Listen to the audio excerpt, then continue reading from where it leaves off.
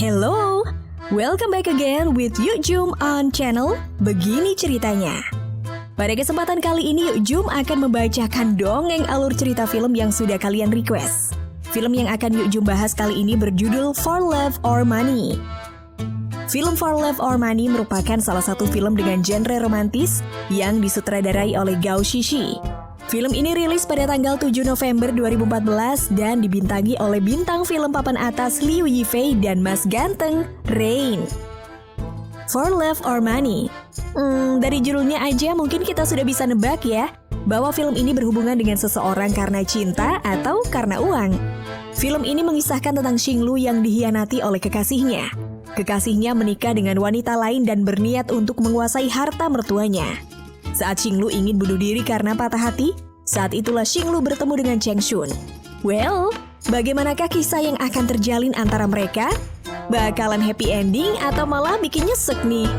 Baiklah, langsung saja. Begini ceritanya.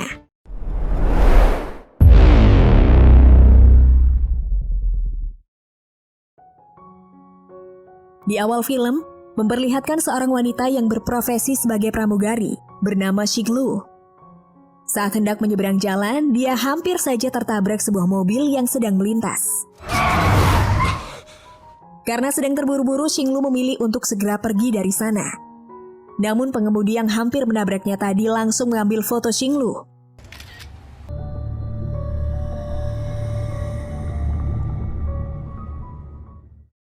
Suatu hari Xinglu memutuskan untuk berhenti sebagai pramugari dan berencana untuk membuka sebuah kafe. Saat sedang berjalan dengan temannya, dia tak sengaja melihat sebuah pesta pernikahan massal di sebuah gedung. Xinglu sangat terkejut ketika melihat nama kekasihnya yaitu Chen Ming, tertulis sebagai pengantin pria pada acara pernikahan itu. Untuk memastikannya, Xinglu memutuskan untuk masuk ke dalam gedung tersebut. Hati Xinglu hancur berkeping-keping ketika melihat wajah kekasihnya ada di sana. Dia menangis dan berlari meninggalkan tempat tersebut. Dia lalu meluapkan amarahnya pada Chen Ming yang mengejarnya sampai di luar gedung. Yang lebih menyakitkan lagi, Xinglu mengetahui fakta bahwa Chen Ming menikahi wanita lain hanya untuk menguasai harta warisan mertuanya. Chen Ming juga menawarkan bahwa setelah menjadi ahli waris, dia akan kembali pada Xinglu, karena hanya Xinglu lah orang yang dicintainya. Mendengar hal itu, emosi Xinglu semakin menjadi-jadi dan dia pun pergi meninggalkannya. Karena didera sakit hati yang tak kunjung usai, Xinglu berencana ingin mengakhiri hidupnya dengan cara melompat dari atap gedung apartemen. Saat kejadian itu banyak warga yang heboh untuk melihatnya. Sedangkan puluhan polisi berusaha menyelamatkan Xinglu dengan menyediakan matras raksasa yang terbuat dari balon karet. Saat itulah tak sengaja seorang pria bernama Cheng Shun lewat di tempat kejadian. Melihat seseorang ingin bunuh diri, Cheng Shun diam-diam menyelinap dan masuk ke atap apartemen. Dia lalu membujuk Xinglu agar mengurungkan niatnya itu. Namun hal itu tetap saja tidak berhasil. Xinglu tetap melompat dan Cheng Shun yang berusaha menyelamatkannya malah ikut terjatuh dari atap gedung. Beruntungnya mereka berhasil selamat karena jatuh tepat di atas balon raksasa. Cheng Shun yang masih khawatir dengan keadaan Xinglu, lalu mengikutinya hingga mereka sampai di dekat sebuah kafe. Ternyata kafe itu adalah milik Xinglu. Dari insiden itulah mereka akhirnya berkenalan. Dari situ nampaknya Cheng Shun mulai menaruh hati pada Xinglu. Ternyata orang yang hampir menabrak Xinglu waktu itu adalah Cheng Shun. Cheng Shun sangat senang karena takdir telah mempertemukan mereka kembali. Setiap harinya dia mampir ke kafe Xinglu untuk melakukan PDKT. Dia juga memberikan sebuah lukisan dengan wajah Xinglu saat menggunakan seragam pramugari. Cheng Shun juga mengaku bahwa dia adalah orang yang hampir menabraknya di Bandara Vienna kala itu. Mendengar pengakuan itu, Xinglu pun sangat kaget. Dia tak menyangka bahwa orang yang hampir saja menabraknya waktu itu, kini berada di depannya. Suatu hari, Xinglu mendatangi Cheng Shun yang sedang melamun di atap sebuah apartemen. Cheng Shun sendiri adalah seorang seniman lukis yang tidak mapan dari segi finansial. Bosnya urung mengadakan pameran untuk mempublikasikan karya-karyanya. Hal itu membuatnya galau karena keuangannya sedang menipis. Ketika curhat mengenai masalah keuangan, akhirnya Xinglu menawarinya untuk bekerja di kafe miliknya. Tawaran itu pun langsung diterima oleh Cheng Shun. Dari sinilah hubungan mereka menjadi semakin dekat dan akhirnya menjadi sepasang kekasih. Suatu malam terlihat Cheng Shun berada di kerumunan orang yang sedang melakukan balap liar. Untuk mendapatkan uang lebih, akhirnya dia mengikuti balapan tersebut. Saat itu ada salah satu orang yang mengajaknya untuk bertaruh. Dia akan memberikan semua uang yang ada di kantongnya jika Cheng Shun berhasil menang. Tetapi jika kalah, Cheng Shun harus mau berlari dengan telanjang.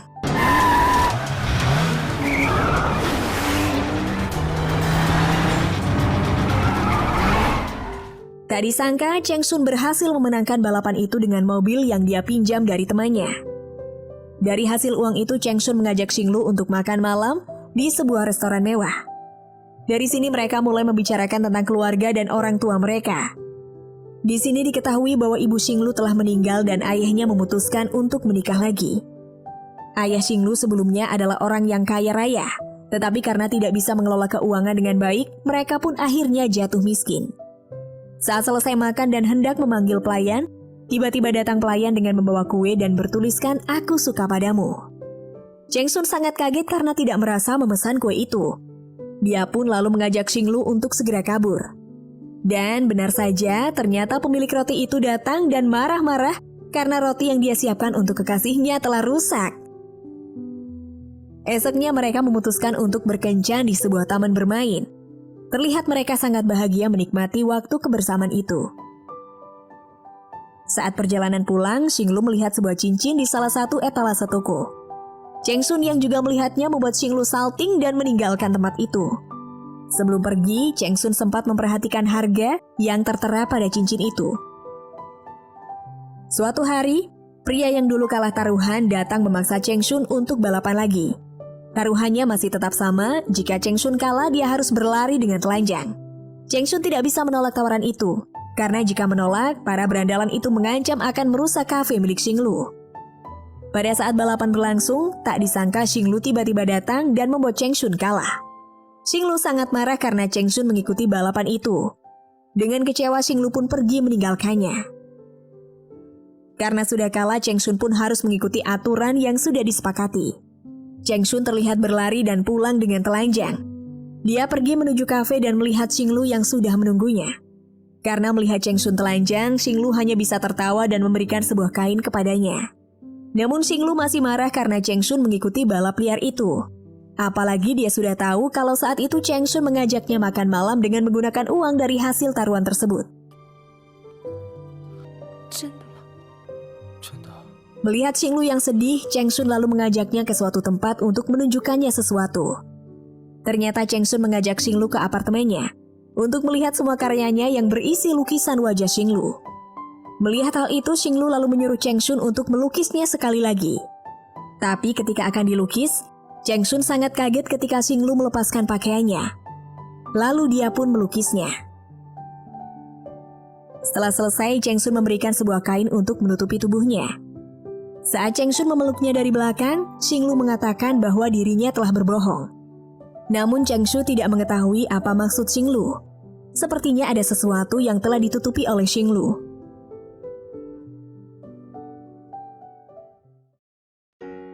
Suatu hari mantan kekasih Xinglu mengirimkan sebuah majalah edisi lama yang di dalamnya membahas tentang Cheng Shun.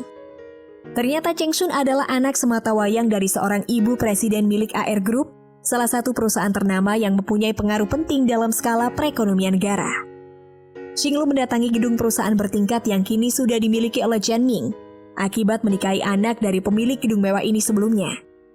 Di situ Chen Ming mengutarakan bahwa dirinya dan Xinglu merupakan orang yang sama, yakni mencintai seseorang karena menginginkan sebuah harta.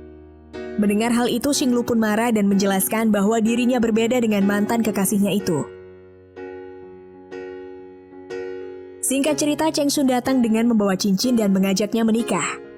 Tapi Xinglu justru sangat sedih karena hanya demi sebuah cincin, Cheng Shun rela menjual beberapa lukisan yang sangat berharga.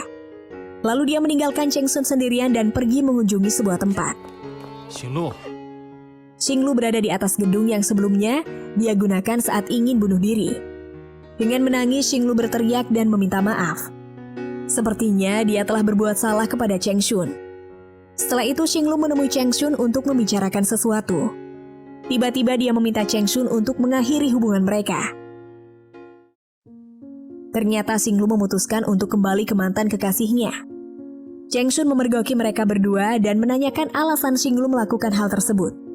Xinglu berkata bahwa dia tidak menyukai Cheng Shun lagi. Dia berujar kalau ayahnya kini sedang berada di rumah sakit dan dia membutuhkan uang yang banyak. Xinglu juga mengatakan kalau dia tidak mau tinggal dengan Cheng Shun di apartemen sempit miliknya. Xinglu tidak mau menghabiskan hidupnya dengan seniman miskin seperti Cheng Shun. Cheng Shun nampak terpukul dengan apa yang dikatakan oleh Xinglu. Dia hanya bisa menangis dengan kepergian Xinglu ke mantan pacarnya. Di dalam hotel, Cheng Min sangat marah dengan Xinglu karena dia tidak mau disentuh. Di sini terlihat Xinglu masih mengingat kenangannya bersama Cheng Shun dan menyesali perbuatannya itu. Walaupun sebelumnya Xinglu mengatakan bahwa dia tidak menyukai Cheng Shun. Faktanya, itu hanya sebuah alasan agar Cheng Shun bisa menjauh darinya. Sebenarnya Xinglu masih sangat mencintainya.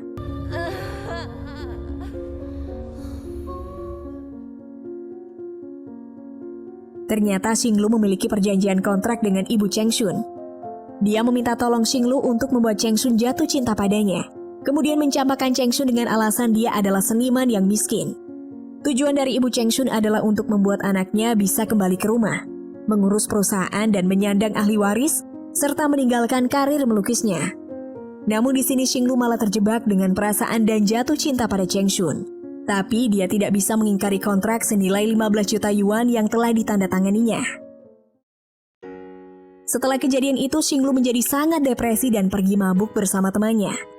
Dia sangat menyesal karena telah mengkhianati Cheng Shun. Padahal selama ini tidak ada pria yang mencintainya lebih dari Cheng Shun. Akhirnya Cheng Shun memutuskan untuk pulang ke rumah ibunya. Ibu Cheng Shun yang notabene CEO dari perusahaan AR Group tidak menginginkan anaknya memilih jalan untuk menjadi seniman karena trauma akan masa lalunya.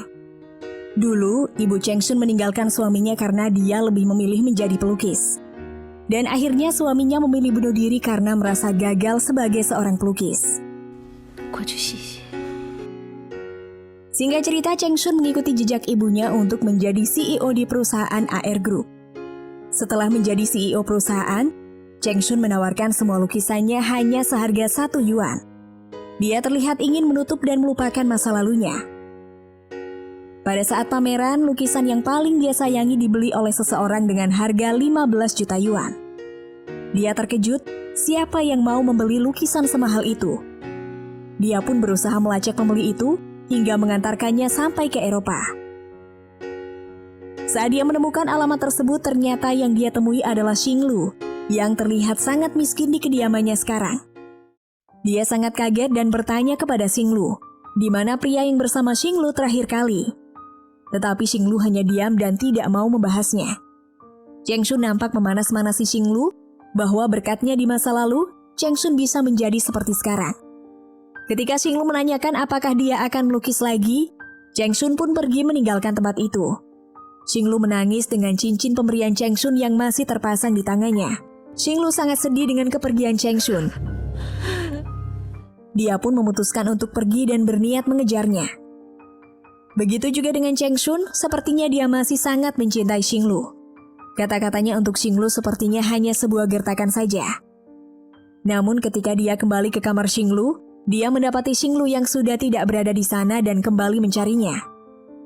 Dalam mencariannya, Xinglu dihadang oleh perampok yang menginginkan cincin yang dia kenakan. Naasnya, dia malah tertusuk pisau yang dibawa perampok tersebut. Meskipun dalam keadaan terluka, dia tidak berhenti berlari untuk mencari Cheng Shun. Xinglu melihat mobil Cheng Shun lalu mencegahnya. Cheng Shun yang tidak menyadari tanpa sengaja menabrak Xinglu hingga membuatnya terpental. Nampak Cheng Shun berada di rumah sakit untuk mengantarkan Xinglu operasi.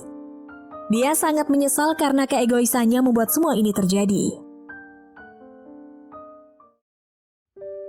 Setelah kejadian itu, Cheng Shun memutuskan untuk bertemu ibunya kembali. Cheng Shun mengetahui perpisahannya dengan Xinglu adalah karena rekayasa ibunya. Akhirnya dia memutuskan untuk mengembalikan semua warisan yang telah diberikan kepadanya.